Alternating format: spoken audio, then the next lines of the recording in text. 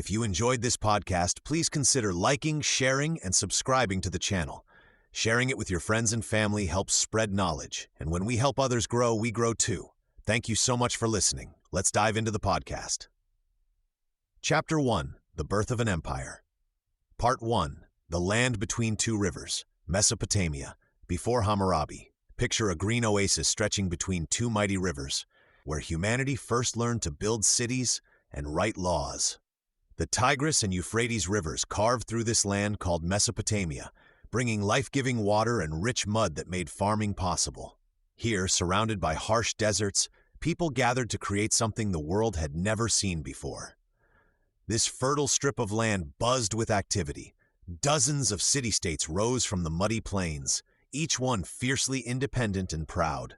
Ur stood tall in the south with its massive temple reaching toward the heavens. Uruk boasted of being the world's first true city, where kings ruled over thousands of people. Lagash controlled vital farmlands that fed entire populations. Akkad dominated trade routes that connected distant lands. Each city built high walls around itself and worshipped its own gods. Kings wearing golden crowns commanded armies and collected taxes from farmers who worked the fertile fields. Merchants loaded boats with grain, wool, and crafted goods, sailing between cities to trade for metals, precious stones, and exotic spices from far-off places. But this prosperity came with a price. Every city wanted more land, more water rights, more control over trade routes. Wars broke out regularly as ambitious rulers tried to expand their territories. Alliances formed and dissolved like morning mist. Today's friend became tomorrow's enemy when resources grew scarce or opportunities arose. Into this chaotic world came waves of new people called Amorites. These nomadic tribes had lived in the western deserts for generations, but now they moved eastward seeking better lives. Some came as raiders, others as peaceful settlers. Many rose to become powerful leaders in the cities they adopted. Among the rising powers stood Babylon, a city that had once been just another small settlement along the Euphrates. Under Amorite leadership, Babylon began to grow stronger and more ambitious.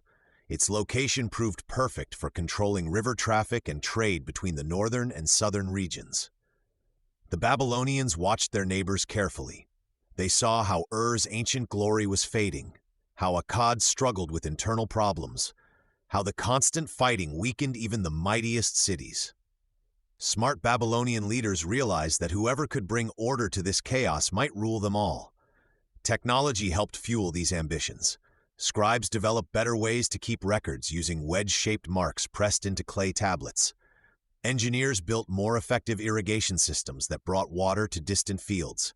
Craftsmen created stronger weapons and more beautiful art.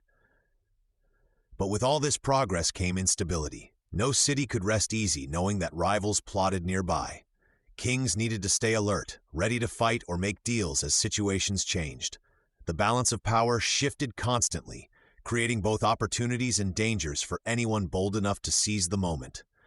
This was the world that would soon witness the rise of a ruler unlike any before him, someone who would transform this land of competing cities into a unified empire. Part 2: The Heir of Babylon, Young Hammurabi's Ascendance. The year 1792 BCE marked a turning point in Mesopotamian history, though few could have predicted it at the time. In the bustling city of Babylon, a young man named Hammurabi received news that would change his life forever. His father, Sin-Muballit, had died, leaving behind a throne and a kingdom that seemed more burden than blessing.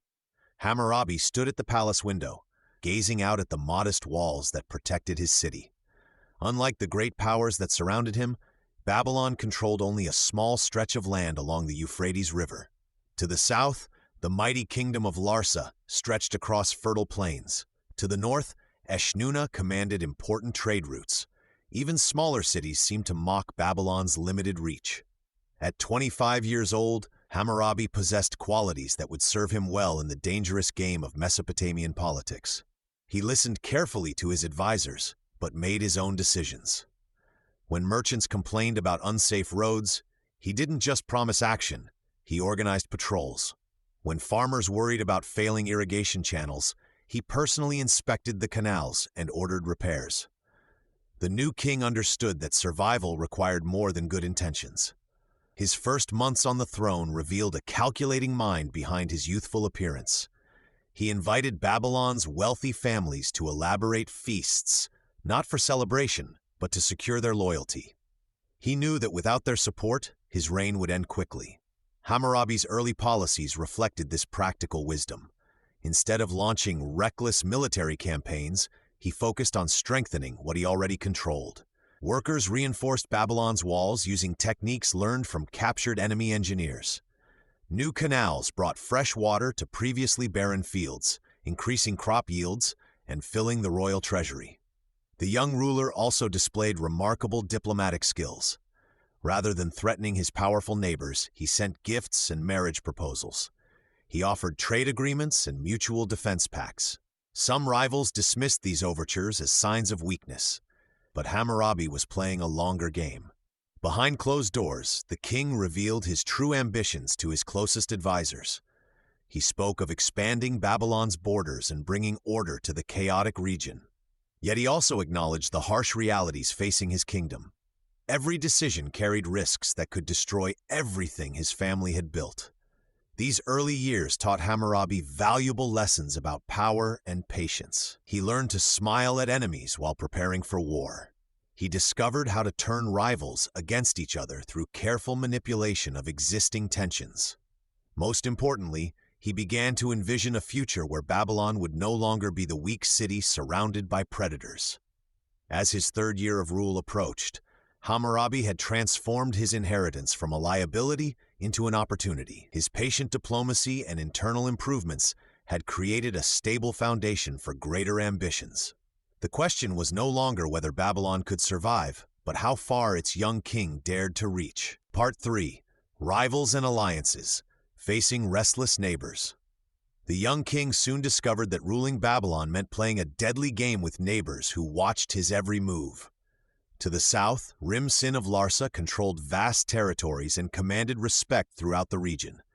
His kingdom stretched along fertile riverbanks, making him wealthy and dangerous.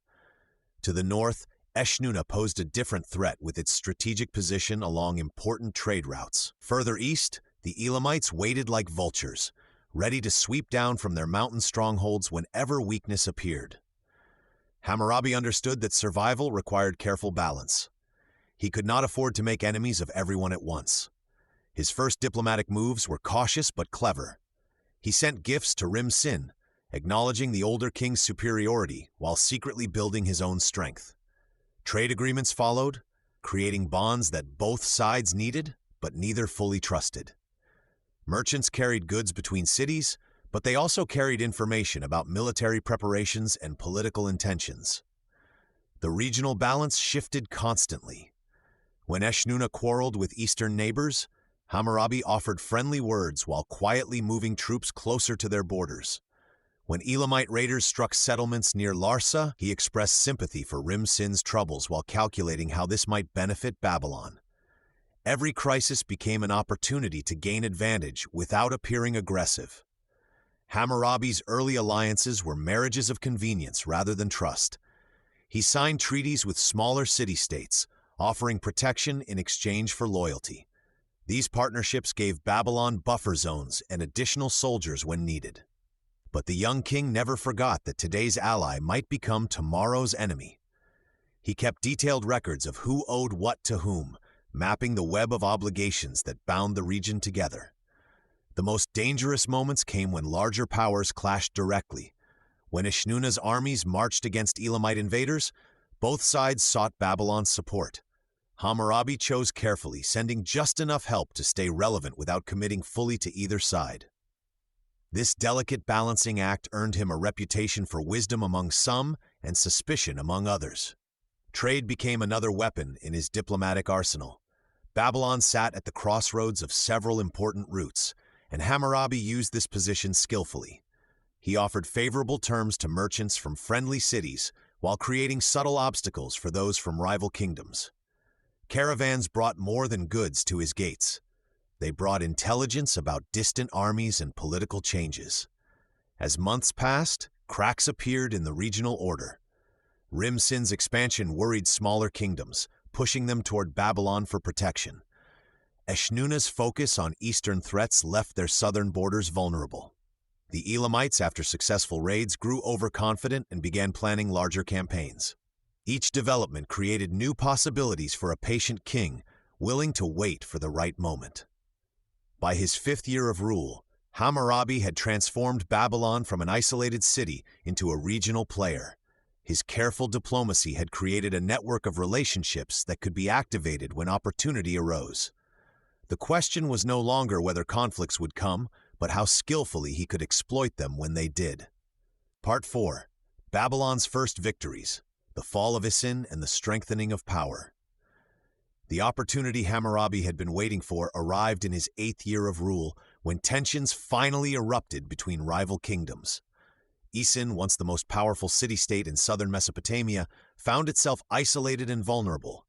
Their longtime ally Larsa had grown suspicious of Isin's growing independence, while northern kingdoms like Eshnuna remained distracted by Elamite threats along their eastern borders. Hammurabi moved with calculated precision. Rather than launching a direct assault on Isin's formidable walls, he began by cutting off their trade routes. Babylonian forces occupied key river crossings and established control over vital canals that fed Isin's agricultural lands. The city's merchants, suddenly unable to reach northern markets, began pressuring their rulers for a quick resolution to the crisis. The siege that followed demonstrated Hammurabi's evolution as a military commander.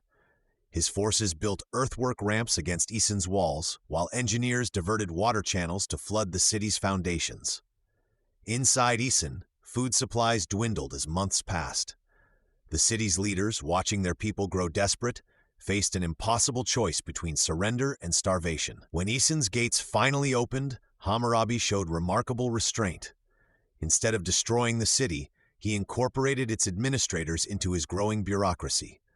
Skilled craftsmen were relocated to Babylon, while farmers continued working their fields under new management. This approach proved far more valuable than traditional conquest. Isin's tribute payments immediately strengthened Babylon's treasury, while its population swelled Hammurabi's army ranks. The psychological impact of victory resonated throughout Mesopotamia. Smaller city-states that had long ignored Babylon now sent diplomatic missions seeking favorable terms. Trade agreements that had once seemed impossible suddenly became reality as merchants recognized Babylon's rising influence. The capture of Isin's extensive canal system also gave Hammurabi control over agricultural production across a much wider region. Perhaps most importantly, victory demonstrated that Hammurabi could succeed where others had failed. His combination of military pressure and diplomatic restraint created a new model for expansion. Rather than simply destroying rivals, he absorbed their strengths while eliminating their threats. This strategy would prove essential as he faced even greater challenges ahead. The wealth flowing into Babylon allowed Hammurabi to invest in infrastructure projects that further consolidated his power. New fortifications rose around recently acquired territories, while improved roads connected distant settlements to the capital. These developments created a cycle of growth that made each subsequent campaign more feasible than the last. As news of Isin's fall spread, other regional powers began reassessing their positions. Rim-Sin of Larsa, who had initially welcomed the weakening of a potential rival, now recognized that Babylon had become a serious threat to his own dominance in the south. Part 5. Turning South. The Power Struggle with Rim-Sin of Larsa. The victory at Isin marked a turning point that would reshape the balance of power across Mesopotamia. Rim-Sin of Larsa watched from his palace as reports arrived about Babylon's growing strength. For decades, he had ruled the fertile southern plains with confidence, viewing himself as the rightful heir to ancient Sumerian glory. His kingdom stretched from the Persian Gulf to the marshlands, controlling the most productive agricultural lands in the known world. Initially, Rim-Sin had seen Hammurabi as a useful ally against common enemies. The two rulers had exchanged gifts and signed treaties, each believing they could manipulate the other when necessary. But Hammurabi's conquest of Isin changed everything. Suddenly, Babylon controlled territory that bordered Larsa's northern frontier, and caravans that once paid tribute to Rim-Sin now enriched Hammurabi's treasury. The first signs of trouble appeared along their shared border. Farmers reported cattle raids from both sides. Merchants complained about new taxes and inspections at crossing points. Local officials began accusing each other of harboring fugitives and supporting bandits. These incidents might have been resolved through diplomacy in earlier times, but now each side viewed them as deliberate provocations. Hammurabi understood that controlling southern Mesopotamia meant controlling the region's wealth. The canals that irrigated Larsa's fields carried water that originated near Babylon. The trade routes that connected the Persian Gulf to northern cities passed through territories that both rulers claimed. Most importantly, whoever dominated the south could claim legitimacy as the successor to the great Sumerian kings of old. Rim-Sin faced a dilemma that would define his reign. He could strike first while Babylon was still consolidating its recent gains, or he could attempt to contain Hammurabi's expansion through alliances with other threatened rulers. His advisors urged immediate action, arguing that delay would only strengthen their rival. But Rim-Sin remembered the fate of Isin's king, who had underestimated Hammurabi's military capabilities. The propaganda war began even as both sides prepared for actual conflict. Hammurabi's scribes spread stories about Larsa's declining power and Rim-Sin's harsh treatment of conquered peoples. They portrayed Babylon as a beacon of justice and prosperity that would bring peace to the troubled south. Meanwhile, Rim-Sin's supporters emphasized his long reign and deep roots in Sumerian tradition, painting Hammurabi as an upstart who threatened ancient customs. Behind the rhetoric, both rulers engaged in frantic diplomatic activity. They courted allies among smaller city-states, promised favorable trade agreements, and offered protection to wavering neighbors. Each sought to isolate the other before the inevitable confrontation. The stakes grew higher with every passing month, as it became clear that the winner would likely dominate all of Mesopotamia. This building tension would soon explode into open warfare, transforming the regional struggle into an epic confrontation that would determine the future of civilization between the two rivers. Chapter 2, The Forging of a King. Part 1, War and Strategy. The Elamite Menace. The mountains of Elam cast long shadows over Mesopotamia, and those shadows brought fear to every merchant and farmer along the fertile plains. The Elamite kingdom, powerful and aggressive, sat like a hungry wolf beyond the eastern borders. Their warriors swept down regularly from their highland fortresses, seizing cities, destroying crops, and cutting off the trade routes that kept Mesopotamian cities alive. Hammurabi watched this threat with growing concern. Unlike the familiar squabbles between neighboring city-states, the Elamites fought differently. They came not just to raid, but to conquer and hold territory. Their success against other Mesopotamian rulers proved they were no ordinary enemy. When Elamite forces captured key trading posts, the economic lifeblood of entire regions dried up overnight. The young king of Babylon understood that facing Elam alone meant certain destruction. No single city-state possessed the strength to stand against their organized military machine. This reality forced Hammurabi to think beyond Babylon's walls and consider the bigger picture of Mesopotamian survival. He began reaching out to other rulers who shared his fear of Elamite expansion. Diplomatic messengers traveled between cities, carrying proposals for military cooperation. These negotiations required delicate skill, as many potential allies were also traditional rivals. Hammurabi had to convince proud kings to set aside old grudges and personal ambitions for the sake of collective defense. The alliance building proved challenging but successful. City-states that had fought each other for generations now found common ground in their shared vulnerability. Hammurabi's diplomatic skills shone as he crafted agreements that respected each ruler's pride while creating a unified military response. His reputation as both a warrior and a negotiator grew with each successful alliance. Meanwhile, Babylon itself transformed into a military stronghold. New walls rose higher and thicker than before. Weapon workshops expanded, producing spears, axes, and bronze armor in greater quantities. Hammurabi recruited soldiers not just from Babylon but from allied territories, creating a more diverse and capable fighting force. The psychological impact of the Elamite threat reached deep into Babylonian society. Citizens who had once viewed their king as simply another local ruler now saw him as their primary protector against foreign conquest. This external pressure created internal unity as different social groups rallied behind Hammurabi's leadership. Merchants, farmers, and craftsmen all understood that their survival depended on successful resistance. When Elamite armies finally moved against the Allied forces, the battles were fierce and decisive. Hammurabi's careful preparation paid off as coordinated attacks from multiple city-states overwhelmed the invaders. The victory did more than push back immediate threats. It established Hammurabi as the leading military mind in the region. These triumphs against Elam fundamentally changed Mesopotamian politics. Smaller rulers who had once seen Babylon as just another competitor now recognized Hammurabi's superior strategic abilities.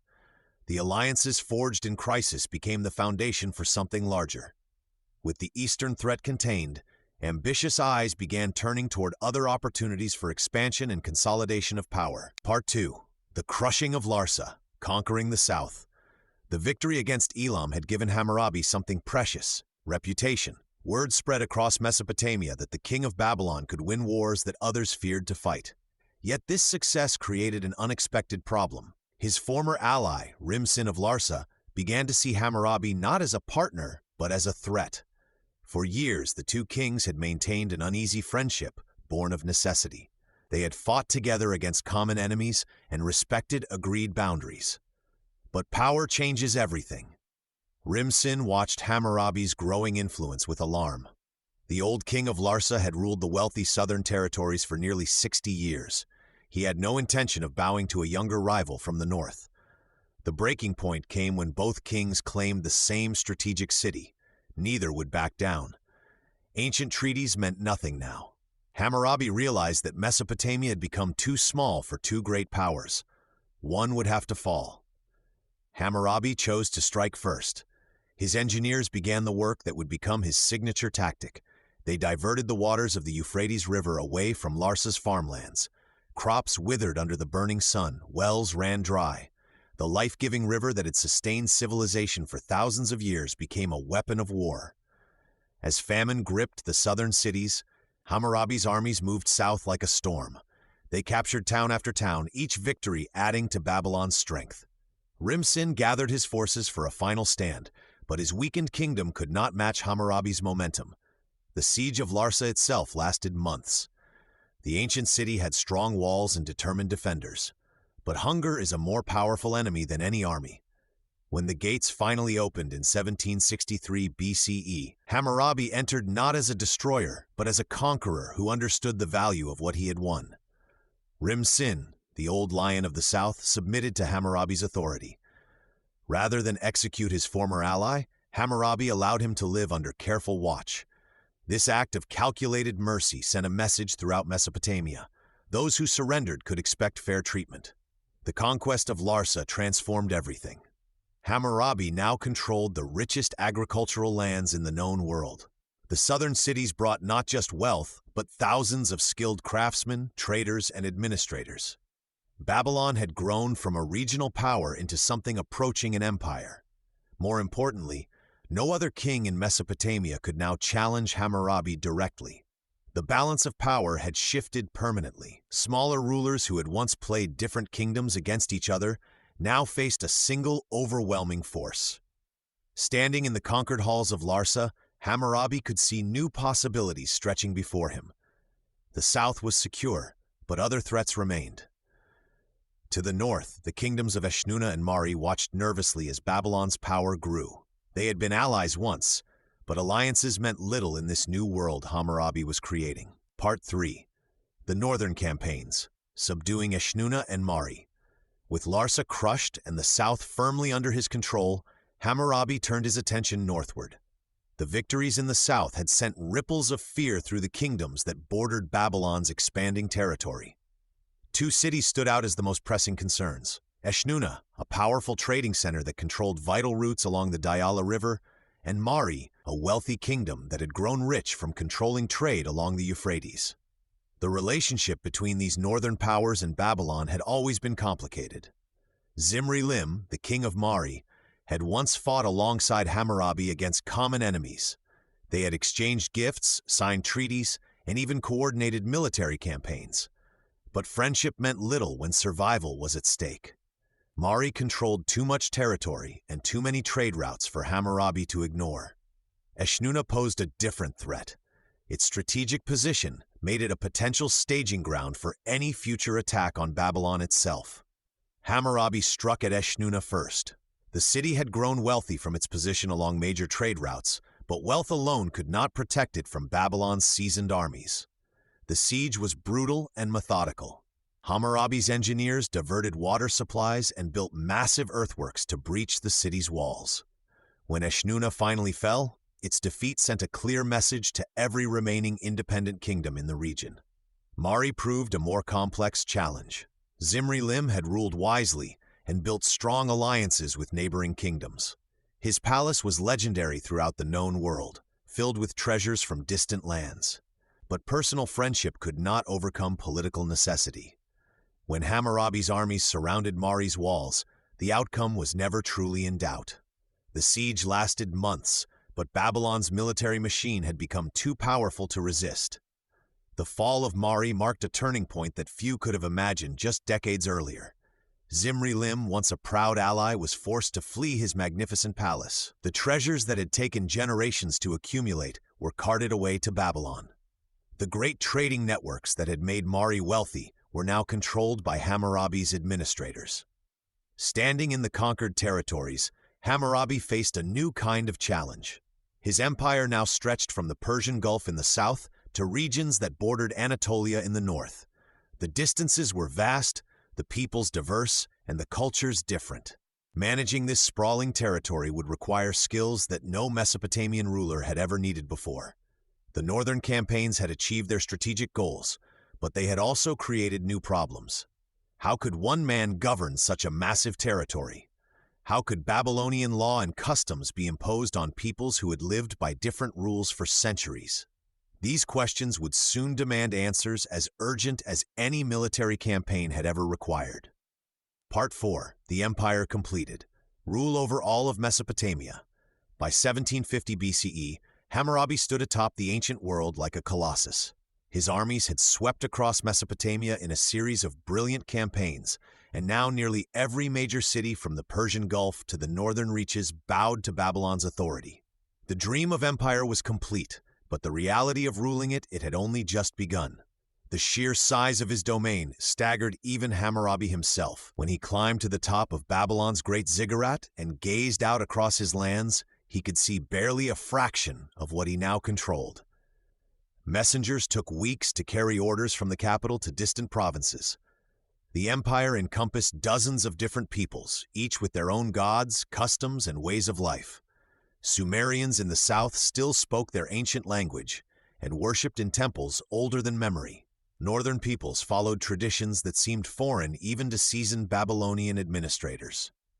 Hammurabi quickly realized that conquest and governance required completely different skills. He could not rule this vast territory the way his ancestors had governed a single city-state. The old system of personal relationships and direct oversight simply would not work across such distances. Instead, he began experimenting with new forms of administration that had never been tried before in Mesopotamia. He appointed trusted governors to oversee major regions, carefully choosing men who combined loyalty to Babylon with knowledge of local conditions. These officials became his eyes and ears in distant cities, responsible for collecting taxes, maintaining order, and ensuring that royal commands were followed. But finding the right balance proved tricky. Governors needed enough authority to make decisions quickly, yet Hammurabi feared giving any single man too much power in regions far from his direct control. The integration of conquered peoples presented even greater challenges. Each city that had fallen to his armies brought its own complications. Some populations welcomed Babylonian rule, seeing it as protection from other threats. Others simmered with resentment, plotting rebellion whenever they thought Hammurabi's attention was focused elsewhere. Local revolts erupted sporadically across the empire, forcing the king to dispatch troops to restore order, while trying to maintain the delicate balance between firmness and flexibility that kept most regions peaceful. Cultural differences created constant friction. Trade disputes arose when merchants from different cities followed conflicting commercial practices. Religious festivals sometimes conflicted with administrative schedules. Marriage customs varied so widely that legal questions about inheritance and property became impossibly complex.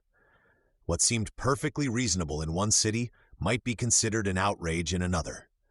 These mounting challenges convinced Hammurabi that military conquest alone would never create lasting unity. His empire needed something more fundamental than the threat of force to hold it together. The diverse peoples under his rule needed common standards, shared expectations, and clear guidelines that applied equally to everyone, regardless of their origins. The stage was set for a revolutionary approach to governance that would transform not just Babylon, but the entire concept of law and justice in the ancient world. Chapter 3. The Laws Carved in Stone. Part 1. The Problem of Justice. Challenges in a Diverse Empire. Hammurabi's triumph had created an unexpected problem. Where once separate city-states handled their own affairs, now a vast empire stretched across Mesopotamia, filled with people who spoke different languages and followed different customs. In the north, Akkadian merchants argued contracts using their traditional terms. In the south, Sumerian farmers settled land disputes according to ancient practices. Along the rivers, nomadic tribes brought their own ideas about marriage and family honor. These differences created constant friction. A merchant from Babylon would travel to Mari expecting one set of rules, only to find judges there followed completely different traditions. What counted as theft in one city might be perfectly acceptable behavior in another. Marriage customs varied wildly between regions, leaving families confused about inheritance rights when relatives lived in different territories. The royal court received hundreds of appeals each month. Property owners demanded justice when neighbors moved boundary stones according to local custom that contradicted practices elsewhere. Workers complained when employers paid wages based on regional standards that seemed unfair compared to other cities. Families feuded over dowries and divorce settlements that meant different things in different places. Hammurabi watched these disputes pile up with growing concern. His governors sent reports describing local tensions that threatened to explode into violence. In one province, traders refused to do business because they couldn't predict which rules would apply to their contracts. In another, intermarriage between communities had created legal chaos as children inherited property under conflicting systems. The king realized that military conquest was only the first step in building a stable empire. Without shared standards of justice, his territories would tear themselves apart from within. Citizens needed to know what behavior was expected and what punishments would follow wrongdoing. Merchants required consistent contract enforcement to conduct trade. Families deserved clear rules about marriage, divorce, and inheritance that would be respected throughout the realm. Previous attempts to address these problems had failed miserably. Royal decrees worked only temporarily and covered limited situations. Local compromises satisfied no one and created new confusion.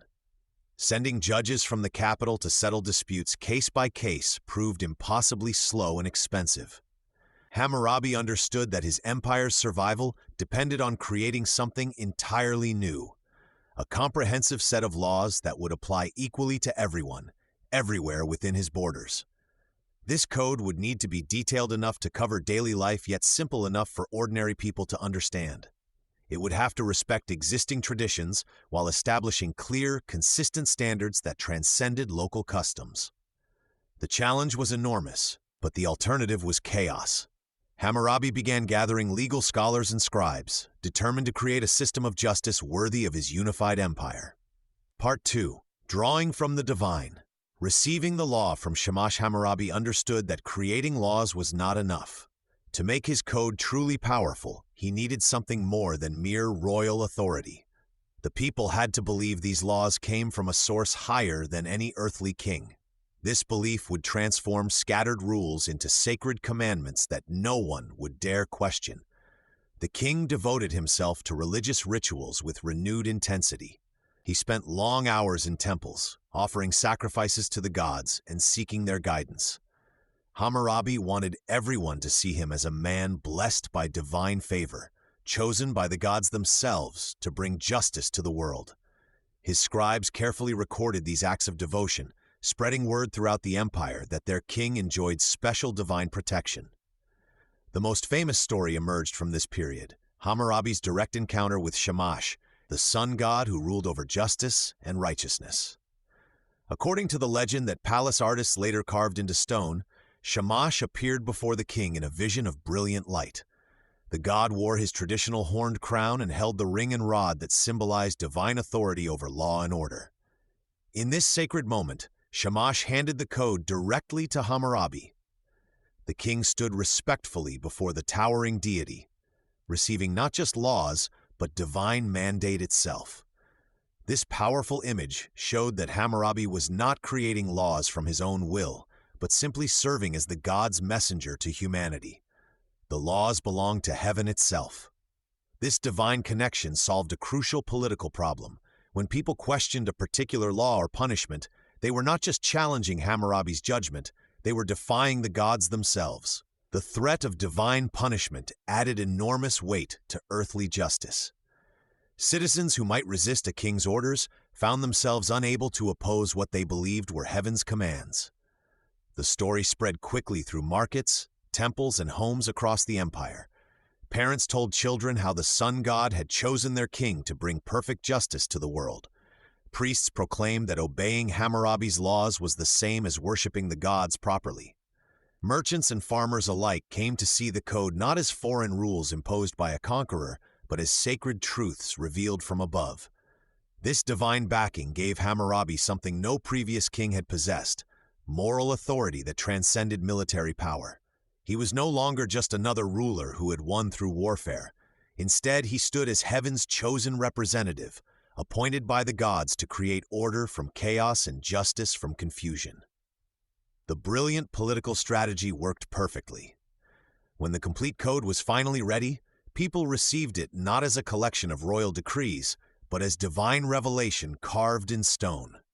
Hammurabi had successfully transformed himself from earthly conqueror into heaven's messenger, ensuring his laws would command respect for generations to come. Part 3. The Code Takes Shape. Compiling 282 Laws. The transformation from divine messenger to lawgiver required Hammurabi to tackle an enormous practical challenge. Armed with heaven's blessing, he now faced the task of creating actual laws that would govern millions of people across his vast empire. This meant bringing together the scattered legal traditions of dozens of different communities into one unified system. Hammurabi assembled teams of legal experts from across Mesopotamia. These weren't just court officials from Babylon, but experienced judges and elders who understood how justice worked in different regions. Each group brought centuries of local customs, oral traditions, and time-tested solutions to common problems. The king's advisors spent months collecting these diverse legal practices, documenting everything from marriage contracts in Sumerian cities to property disputes among nomadic tribes. The compilation process revealed fascinating patterns. While specific punishments varied between regions, most communities dealt with similar problems. Theft, assault, debt, marriage disputes, and property conflicts appeared everywhere. People needed clear rules about trade agreements, fair wages for workers, and consequences for breaking promises. Children required protection, and families needed guidelines for inheritance. Working through these common themes, Hammurabi's legal team began crafting uniform solutions. They took the best ideas from different traditions and combined them into comprehensive laws. A merchant cheating customers in northern Assyria would face the same penalty as one deceiving buyers in southern Sumer. A worker injured on the job would receive consistent compensation regardless of location. The final code contained 282 individual laws covering nearly every aspect of daily life. These weren't abstract principles, but concrete rules with specific punishments.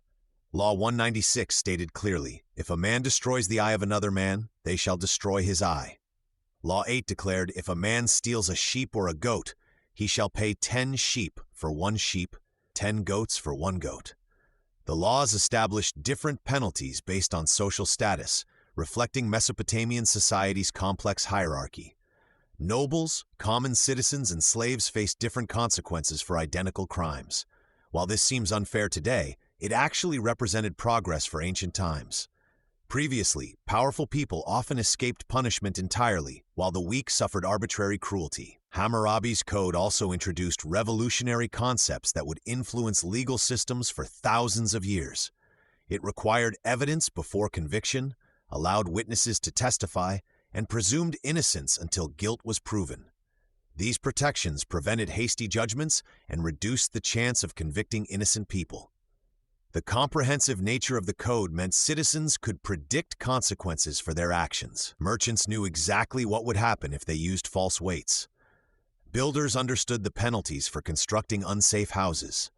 Parents could plan inheritances knowing the rules wouldn't change based on a judge's mood. This predictability created stability throughout the empire. People could conduct business, make agreements, and resolve disputes using the same legal framework everywhere. The code transformed Hammurabi's diverse territories into a truly unified civilization, where justice operated consistently from the royal palace to the humblest village marketplace. Part 4. Display for the people, the stela in the temple. The moment arrived for the most crucial decision of Hammurabi's legal revolution. Standing in his palace chambers, the king examined the towering black basalt stone that would soon bear his code. This was no ordinary monument. The stele stretched nearly 8 feet high, its polished surface waiting to receive the most important words ever written in his empire. Hammurabi made a choice that shocked his advisors. Instead of carving the laws in Sumerian, the ancient language of scholars and priests, he ordered them written in Akkadian. This was the language people spoke in their homes, in the markets, and on the streets. His scribes protested that Sumerian carried more prestige, more divine authority.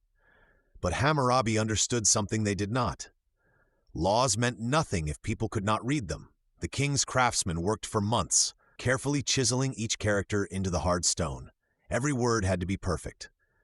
At the top, they carved the famous scene of Hammurabi himself standing before Shamash, the sun god, receiving the divine laws. Below this image, 282 laws filled the stone in neat columns of wedge-shaped script. When the carving was complete, Hammurabi faced another critical decision. Where should this monument stand?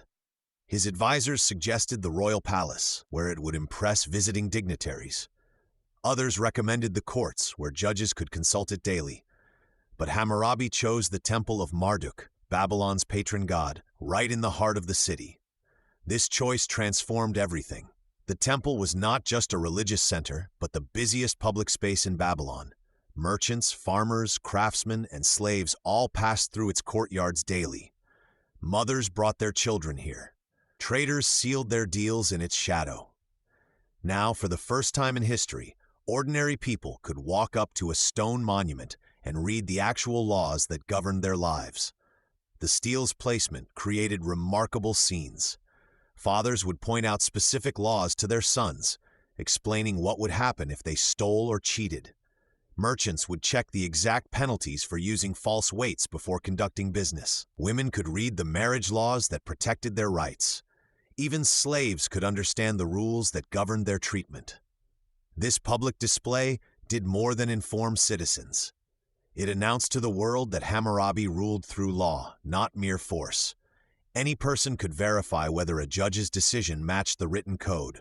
Corrupt officials could no longer invent punishments or favor the wealthy with secret deals. The stone itself became a silent guardian of justice, watching over every legal proceeding in the city. Word of Babylon's lost stone spread throughout the ancient world. Other rulers began to realize that visible, readable laws created stronger kingdoms than hidden edicts known only to elites. The simple act of placing this monument in public view established a principle that would echo through history. True authority comes not from secrecy, but from transparency.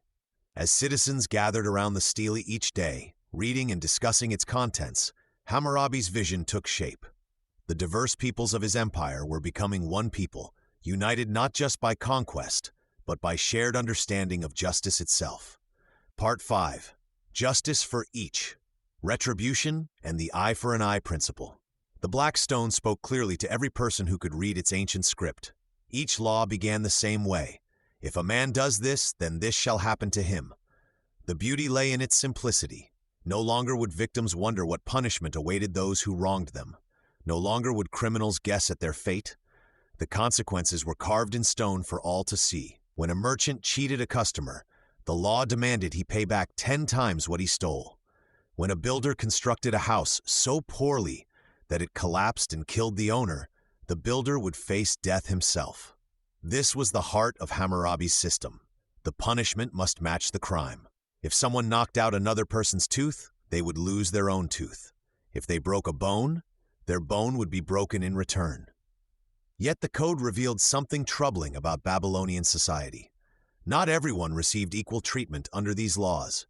When a nobleman struck a commoner, he paid only a fine. But when a commoner dared to strike a nobleman, his punishment was far more severe. Slaves faced the harshest penalties of all. A slave who challenged his master could be executed, while the same act by a free person might result in payment or public service. Women lived under different rules than men. A wife who neglected her household duties could be divorced and sent away with nothing. Yet if a husband abandoned his family, he had to provide support for his children. Marriage contracts became detailed legal documents. Fathers arranged marriages and received payment for their daughters. Wives who committed adultery faced drowning, but men could take multiple wives without consequence. The code protected ordinary people in surprising ways. Doctors who performed surgery carelessly faced severe punishment. Their hands might be cut off if a patient died from poor treatment. Tavern keepers who watered down beer or charged too much could be drowned. Even judges faced consequences for changing their decisions after receiving bribes. Witnesses played a crucial role in this system. Every accusation required proof. False witnesses faced the same punishment their victim would have received. This created a careful balance where people thought twice before making accusations or giving testimony. The courts demanded evidence, not just angry words. The code assumed innocence until guilt was proven. This idea seems obvious today, but it was revolutionary 4,000 years ago. Previous systems often relied on ordeals or divine judgment. Hammurabi's laws required human evidence and logical reasoning. Despite its limitations, the code created stability across the empire. People knew what to expect. Traders could make contracts with confidence. Families understood their obligations. The strong could no longer simply crush the weak without facing consequences. For the first time in history, written law protected ordinary citizens from the whims of the powerful, even as it maintained clear social hierarchies that would shape civilization for centuries to come. Chapter 4: The Legacy of the Lawgiver. Part 1: The Empire's Twilight. The Death of Hammurabi. The golden walls of Babylon gleamed in the morning sun as news spread through the palace corridors in 1750 BCE. King Hammurabi, the great lawgiver who had built the mightiest empire Mesopotamia had ever seen, lay dying in his royal chambers. For 43 years he had ruled, transforming a small city-state into a vast realm that stretched from the Persian Gulf to the mountains of Anatolia. Now, as his breath grew shallow, the future of everything he had built hung in the balance. Prince Samsu-Iluna knelt beside his father's bed, listening to the king's final words about ruling with wisdom and maintaining the laws that bound the empire together. The young prince understood the weight settling on his shoulders. He would inherit not just a crown, but a collection of conquered peoples who had been held together by his father's remarkable ability to balance force with diplomacy, local customs with central authority. When Hammurabi breathed his last, messengers raced across the empire carrying news of the succession. In distant provinces, governors who had sworn loyalty to the great king now faced a choice. Would they accept the rule of his untested son, or would they see this as their chance to break free from Babylonian control? The answer came swiftly and brutally. Within months of Samsu-Iluna's coronation, rebellions erupted across the southern provinces. Cities that had submitted to Hammurabi's might now declared their independence, believing the young king lacked his father's iron will. The Sealand, a marshy region in the far south, broke away entirely and established its own dynasty. Local chieftains who had remained quiet for decades suddenly found the courage to challenge Babylonian tax collectors and military commanders. The new king rushed from crisis to crisis, trying to hold his inheritance together. Unlike his father, who had spent years carefully building relationships and understanding local politics, Samsu-Iluna had only force at his disposal. He led his armies south to crush the rebellions, but each victory seemed to spark two new uprisings elsewhere. The administrative network his father had carefully constructed began to crumble as experienced governors fled or switched sides. Foreign enemies watched these developments with growing interest. The Hittites to the north and various tribal groups along Babylon's borders sensed weakness and began probing attacks. Trade routes that had flourished under Hammurabi's protection became dangerous paths where merchants traveled at their own risk. The tribute that had once flowed steadily into Babylon's treasury slowed to a trickle as distant provinces either rebelled or simply stopped paying. The empire that had taken Hammurabi decades to build was fracturing in a matter of years. Samsu-iluna proved to be a competent warrior but lacked his father's genius for administration and diplomacy. He could win battles, but he could not win hearts or maintain the delicate balance of interests that had made Babylon's dominance possible. The great experiment in centralized rule was beginning its slow collapse, proving that even the most carefully constructed empire could not survive the loss of exceptional leadership. Part 2. Babylon under siege. Internal strife and foreign invasion. The empire's weakness became obvious within months of Hammurabi's funeral. In the southern cities where the great king had crushed rebellions years before, whispers of defiance grew louder each day. The governors Hammurabi had carefully chosen to rule these distant lands suddenly found themselves facing crowds of angry citizens who no longer feared Babylon's wrath. Samsu-iluna received urgent messages from every corner of his inheritance. The city of Larsa, which his father had conquered with such effort, declared its independence under a local chieftain named Rim-Sin-Siku. The fertile lands around Uruk stopped sending grain to Babylon's warehouses. Most alarming of all, the Sealand region near the Persian Gulf fell under the control of a mysterious leader who called himself king and began minting his own coins. At the royal palace in Babylon, tension crackled through the corridors like lightning before a storm. Court officials who had served Hammurabi faithfully for decades now questioned every decision his young son made. Some whispered that perhaps another member of the royal family would make a better ruler. Others suggested that the empire was simply too large for any one man to control. Samsu-iluna responded as his military training had taught him. He gathered his armies and marched south to crush the rebellions with the same iron fist his father had used. But this time, the magic was gone. When Babylon's soldiers arrived at Larsa, they found not a frightened city ready to surrender, but fortified walls manned by determined defenders who fought with the fury of people defending their homeland. The siege dragged on for months. Each day cost Babylon precious resources, while other parts of the empire slipped further from royal control. News arrived that changed everything. Foreign armies were crossing Babylon's borders.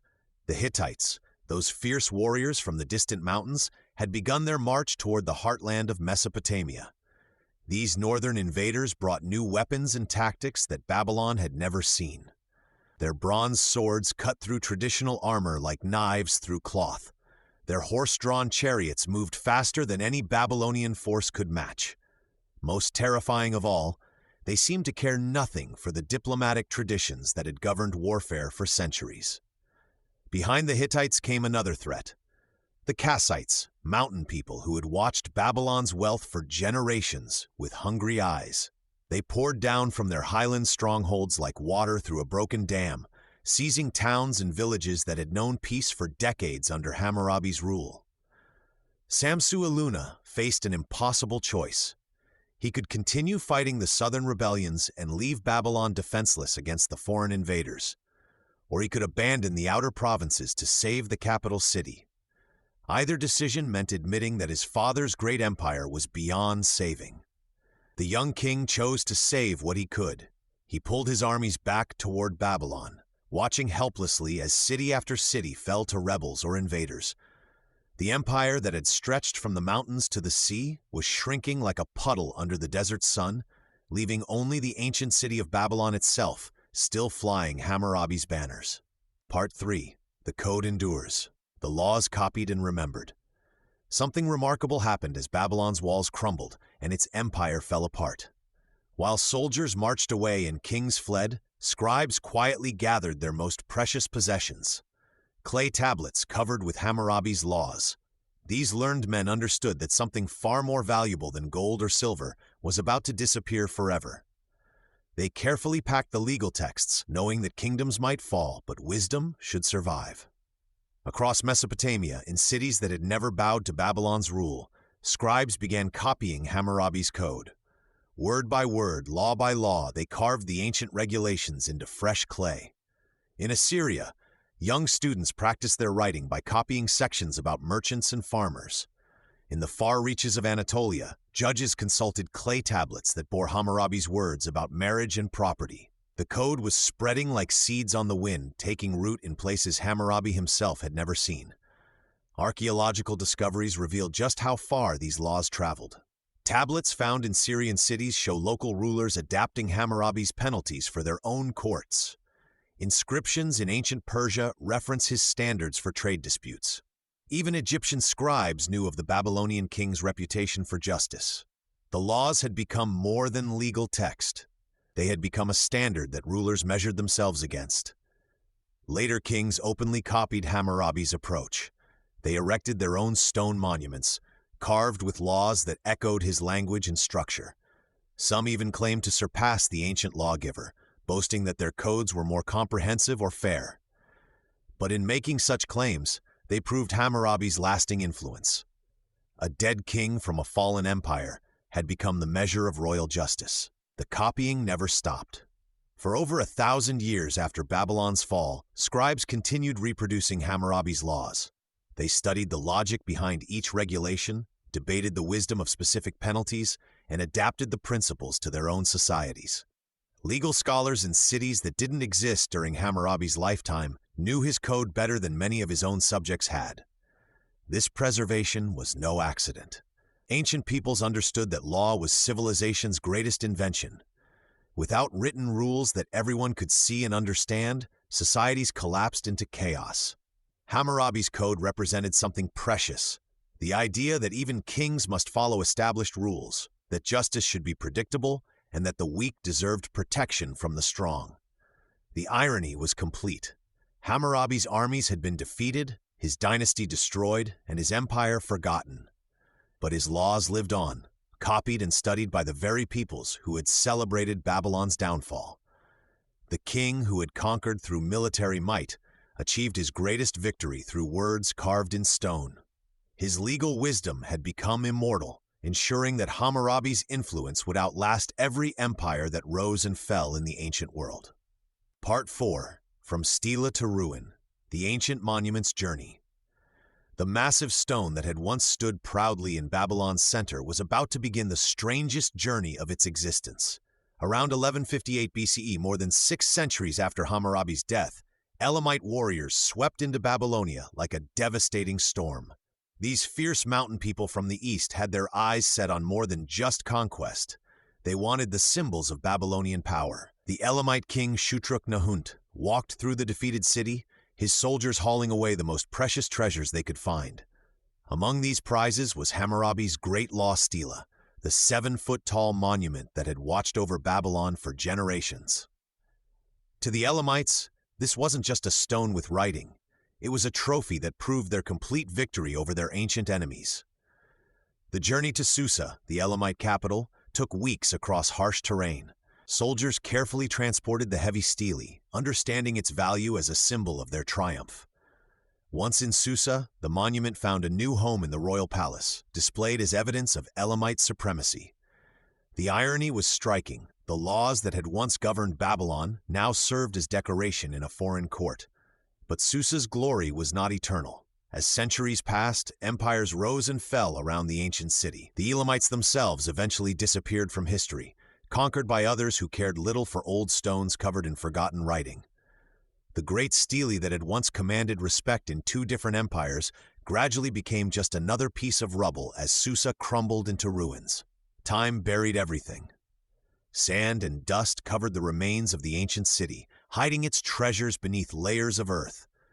For over 2,000 years, Hammurabi's code lay forgotten, known only through copies and references in other texts.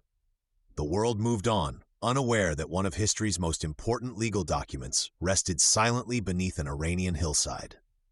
Then, in December 1901, French archaeologist Jacques de Morgan made a discovery that would electrify the scholarly world.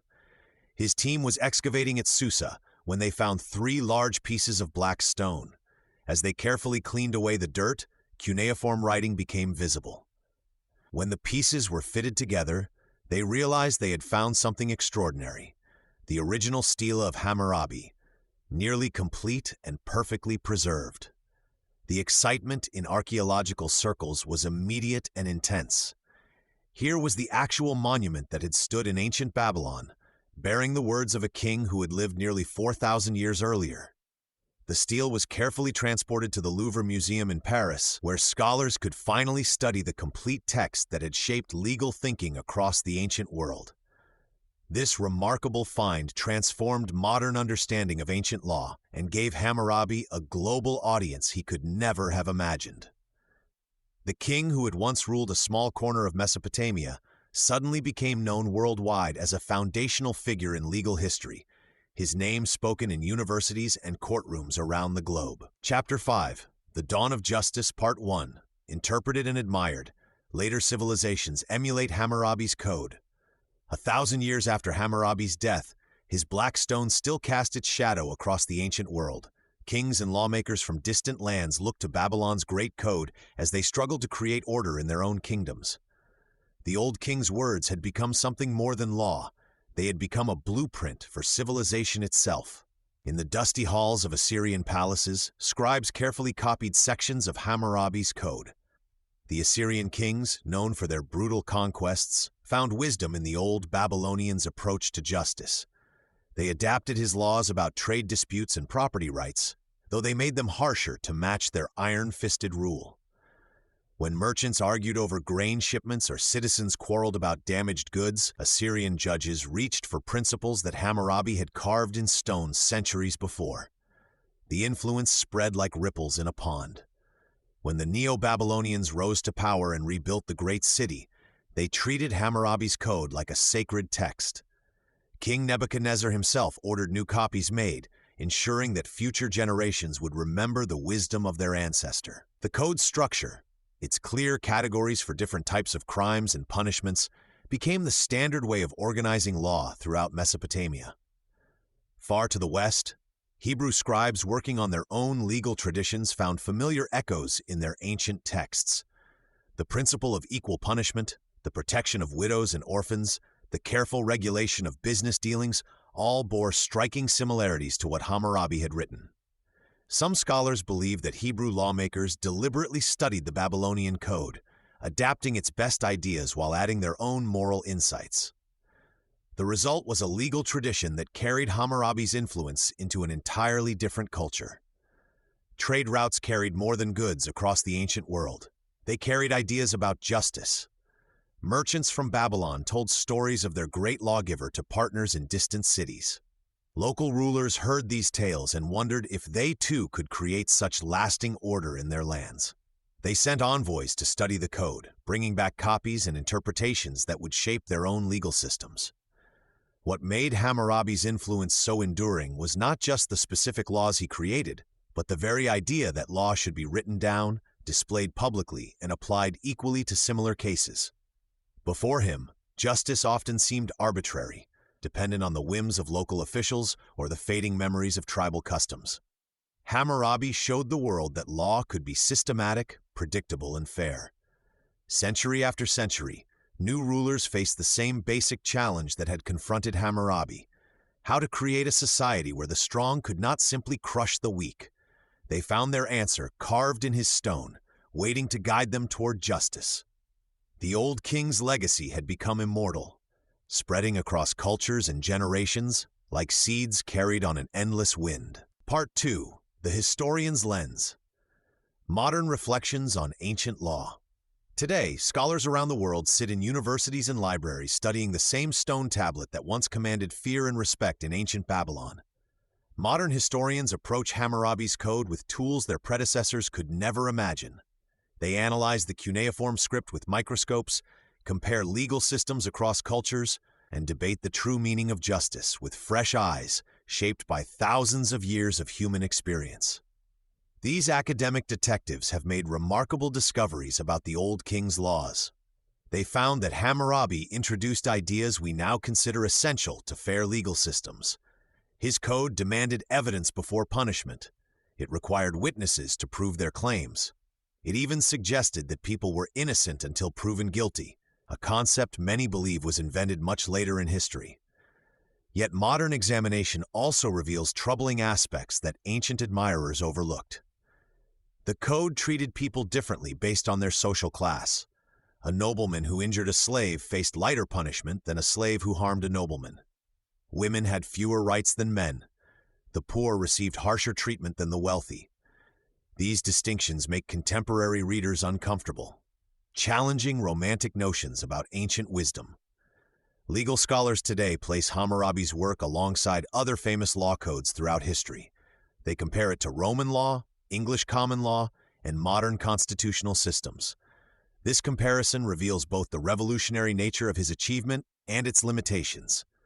While groundbreaking for its time, the code seems rigid and unfair by today's standards. The debate grows heated when historians discuss whether the code was actually effective. Some argue it created order in a chaotic world. Others question whether ordinary people could even read the complex cuneiform writing.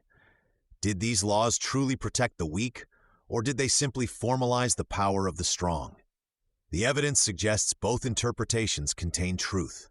Perhaps most fascinating is how modern societies continue to invoke Hammurabi's name. Courthouses display his image, law schools teach his principles, politicians reference his commitment to justice. This ancient king has become a symbol that transcends his actual historical impact. Contemporary scholars recognize something profound in this continued fascination. Hammurabi represents humanity's eternal struggle to create fair societies.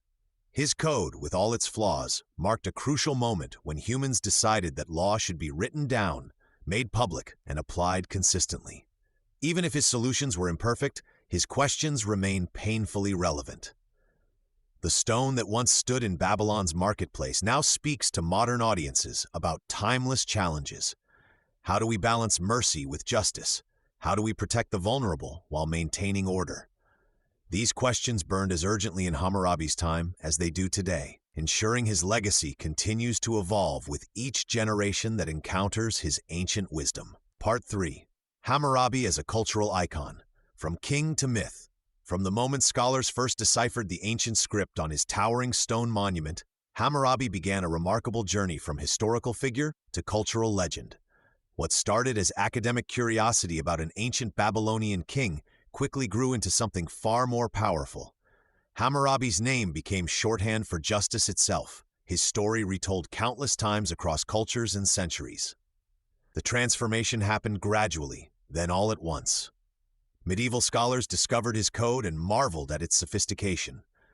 Renaissance thinkers held him up as proof that civilization could emerge from chaos through wise leadership.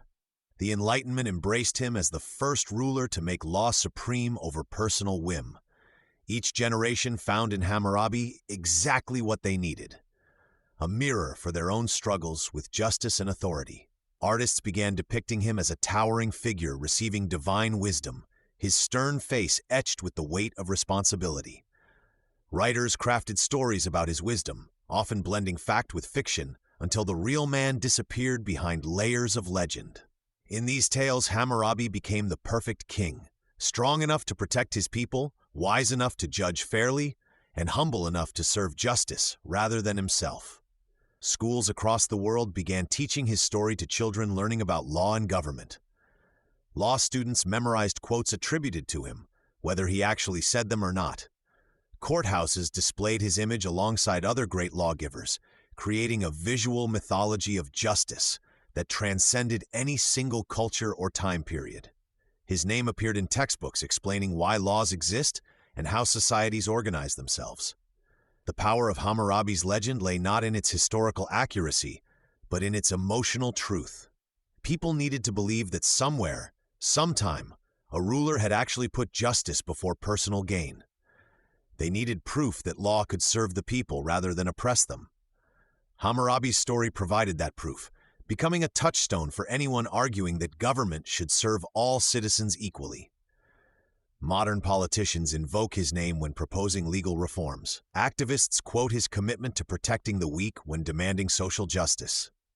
Legal scholars debate whether his methods could work today, but they rarely question his basic premise that law should serve everyone fairly. His transformation from king to symbol was complete. This mythical Hammurabi became more influential than the historical one ever was. While the real king ruled only Babylon, the legendary Hammurabi's reach extended across all human civilization. His story provided a template for what leadership could be, inspiring countless others to see law not as a tool of power, but as civilization's foundation. The flesh-and-blood monarch had died millennia ago, but the idea he represented lived on, ready to inspire anyone who encountered his timeless message about justice and responsibility. Part 4. The Stele on Display, the Legacy in Today's World. The massive black stone stands behind glass in the Louvre Museum, drawing millions of visitors each year. They come from every corner of the world to see Hammurabi's ancient laws carved in stone. The tourists press close, smartphones flashing, trying to capture something that has captivated humanity for 4,000 years. Many cannot read the ancient script, but they sense they are witnessing something profound. This same scene plays out in courthouses across America, where replicas of Hammurabi's stele occupy places of honor. Judges walk past these copies daily, reminded of their connection to humanity's first great lawgiver.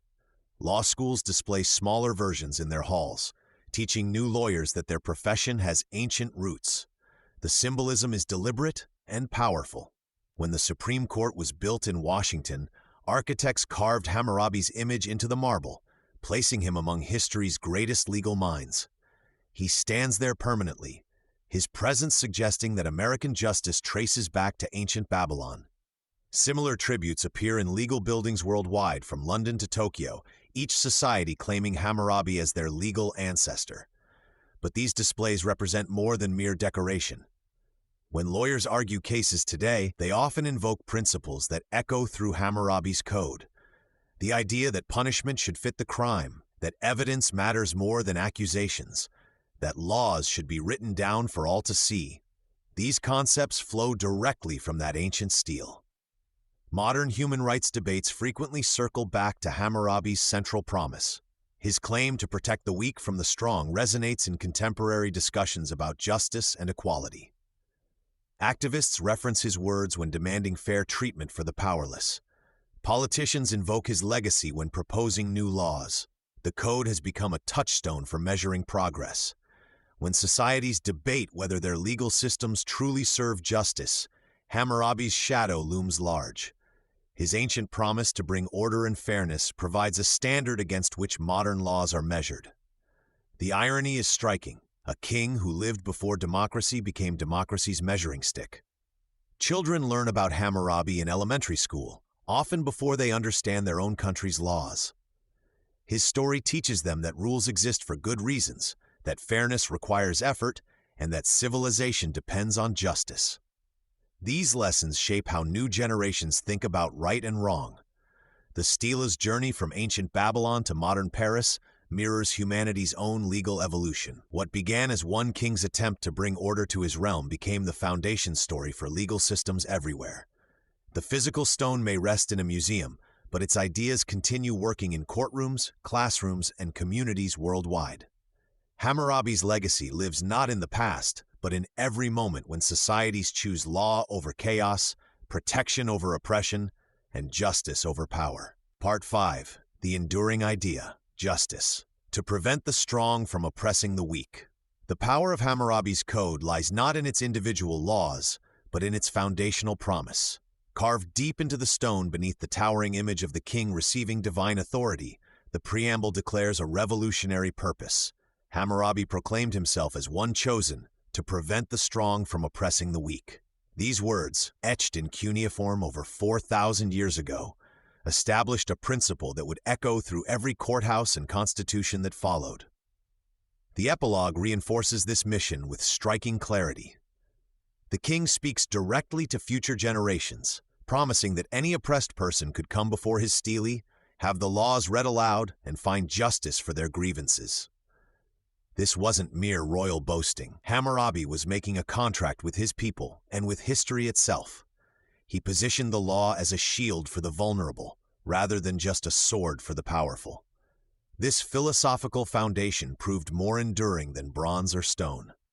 When later civilizations crafted their own legal codes, they returned to Hammurabi's central insight that true justice requires protecting those who cannot protect themselves. The concept traveled from Babylon to Jerusalem, where Hebrew law proclaimed similar protections for widows, orphans, and foreigners. Roman law, despite its imperial scope, maintained provisions for the less fortunate that traced back to these ancient Mesopotamian principles. Modern legal systems continue wrestling with Hammurabi's challenge. Every civil rights movement, every constitutional amendment protecting minorities, every international human rights declaration echoes his fundamental question: how do we prevent the strong from crushing the weak? Contemporary lawmakers still invoke his example when arguing that law must serve as more than just organized force. It must actively defend those who lack power. The genius of Hammurabi's approach wasn't in creating perfect laws. Many of his specific rules seem harsh or unfair by today's standards. Instead, his breakthrough lay in establishing justice as government's primary responsibility. He argued that rulers derive their authority not from strength alone, but from their commitment to protect the vulnerable. This idea transformed law from a tool of control into an instrument of moral purpose. Today's courtroom walls often display his image alongside Lady Justice, both symbols of the same aspiration. When judges consider cases involving the powerless against the powerful, when legislators debate social safety nets, when activists challenge systemic inequality, they continue Hammurabi's work. His ancient promise remains unfinished business in every society. The code's enduring relevance lies in its recognition that civilization requires constant vigilance against oppression. Hammurabi understood that without active protection of the weak, communities dissolve into chaos where might makes right. His legacy challenges each generation to fulfill his promise anew, ensuring that justice remains more than just an ancient ideal carved in stone.